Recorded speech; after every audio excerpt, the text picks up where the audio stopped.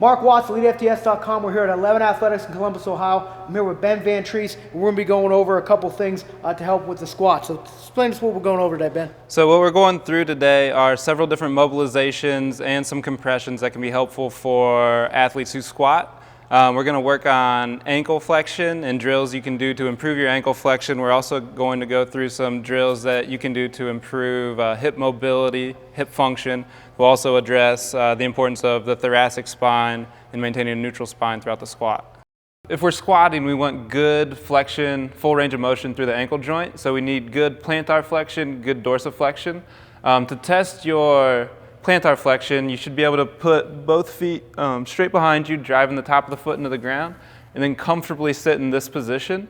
You'll feel a stretch through the top of the ankle, top of the foot. If you do not feel any stretch, that's wonderful. That means you have proper range of motion in that joint. If you'd like to intensify the stretch a little bit, you just come here, pull this up, and keep your weight driving through that right foot, and that'll really help open that up. If you can hold this for a minute on the right side, minute on the left side, that'll really help you with your plantar flexion. If this is a miserable position to be in, you need to spend 2 minutes a day in this position in order to get that proper flexion.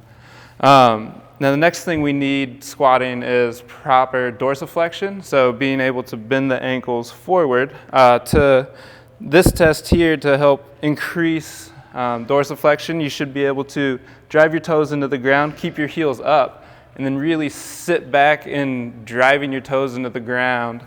You'll feel it stretch through the arch of your foot pretty well. And if you're really tight, you'll feel some pain through your toes. It's okay. Ignore it. Just kind of sit in there, and you can drive a little bit from side to side to help intensify that stretch throughout both feet. And if you find somewhere that's particularly nasty, find it, stay in it 2 minutes, and that'll help change the plasticity of that tissue, and it'll help restore some range of motion to the ankle. Next thing we have is a couch stretch. If you squat heavy and you cannot hold this position for 2 minutes per side, you're doing yourself a huge disservice.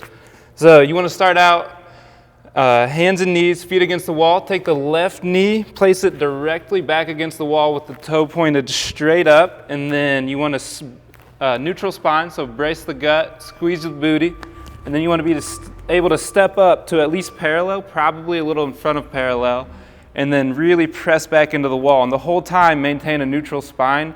We definitely don't want to overextend the back like this, because we won't do that while we're squatting. We want to keep a nice neutral spine. Really focus on squeezing the glutes. If you're not squeezing the glutes, you lose a lot of the benefit from this stretch. So you should be able to stay here, really deep breaths. If you're really tight, you'll feel this down here right by your knee, and you may have to stay down in this position. That's fine. If you can come up to here, that's good. You'll start to feel it through the hip. And if you can really drive back into the wall and extend through the thoracic spine, you might even feel a little up through the psoas, through the corner of the gut. If you cannot maintain this position and comfortably hold it for 2 minutes, you got some work to do. So you want to be able to hold this 2 minutes per side. It'll really help you open up the hips and get into some better depth with your squat. All right, so the next part of a good squat technique is we need a nice thoracic spine. We need to be able to get out of the hunched position that we stay in for so much of the day. So if we can open that up and keep a neutral spine, we'll be able to tap into the posterior chain. As soon as we crunch forward, we lose most of our power because it cuts off access to the posterior chain. So here we have 2 Elitefts lacrosse balls duct taped together around, and then duct tape the center into a peanut. And so what we want to do here is find just the base of Mark's thoracic spine. Go ahead, lay back on that. And so what we did is we put the spinal cord right in between the 2 balls. So we're going to try to get some thoracic extension in the spine by getting this kind of motion going. Also, Mark, go ahead a little back and forth to get some tissue tacked down. While he's doing that, he's just looking for hot spots. If he finds somewhere that causes him to make this face, that means the tissue is extremely tight. We need to loosen it up, and that'll allow him to get into a better squat position. So go ahead, work this way so the ball goes farther up the thoracic spine. So now it should be kind of just in between the shoulder blades towards the top end. And when he gets up to this height, he can get some more motion there. And the next thing he can do is press down through his feet, bridge up, put your arms forward and then really pull them through. And that's going to pull some of that soft tissue through that compression, really open everything up. You might hear some clicking, some popping. It's those ribs popping back into place, and that'll be really helpful. So you want to work that from the base of the thoracic spine, which is about 2 to 3 inches below the scapula, and then work all the way up to the base of the cervical spine, but definitely don't get in that cervical spine.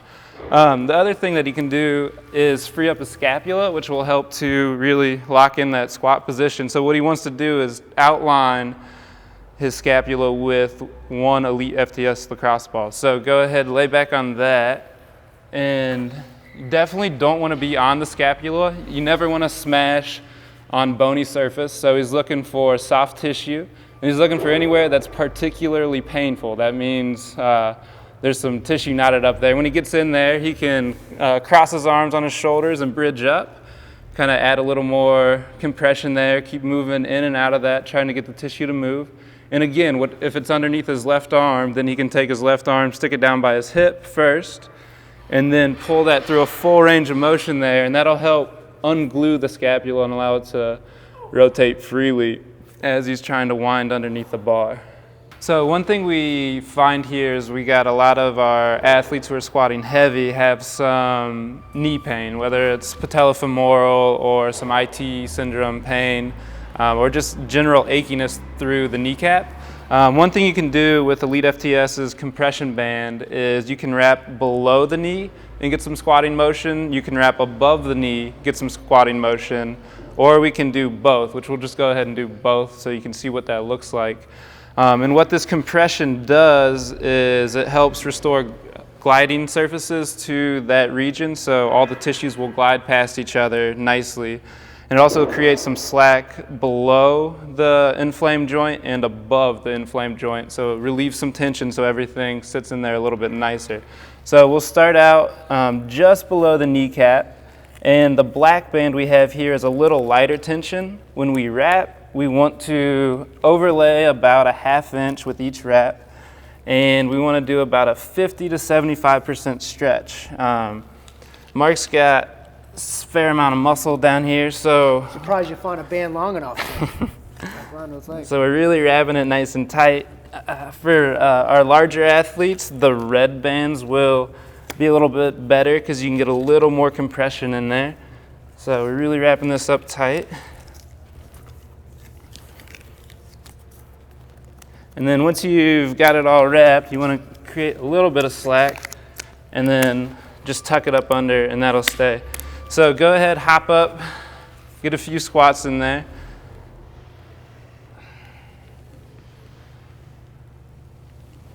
Actually, yeah. And then now we'll get just above the knee, and we're always wrapping towards the heart. That helps push any sort of inflammation back into the lymph system and push it out of the region so fresh lymph fluid can come in, gets the inflammation out of there. So above the leg here, we can wrap it really pretty tight.